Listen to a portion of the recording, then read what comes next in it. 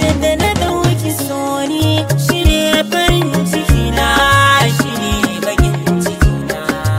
Yadda na ɗauki soni shi ne rayuwa na, shi ne mutuwa na.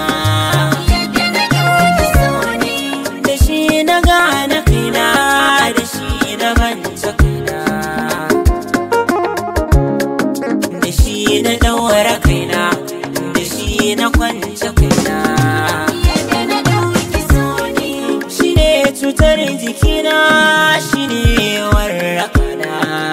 Yadda na ɗauki soni shi ya zamo sanina, ya zama rashin sanina. Yadda na ɗauki soni shi ne abin